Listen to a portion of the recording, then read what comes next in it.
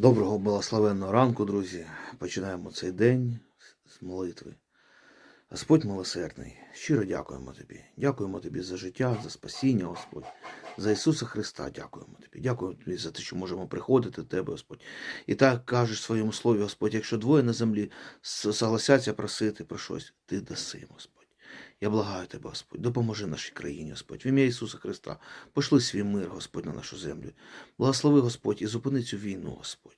Благослови тих людей, які страждають, які вже постраждали від цієї війни.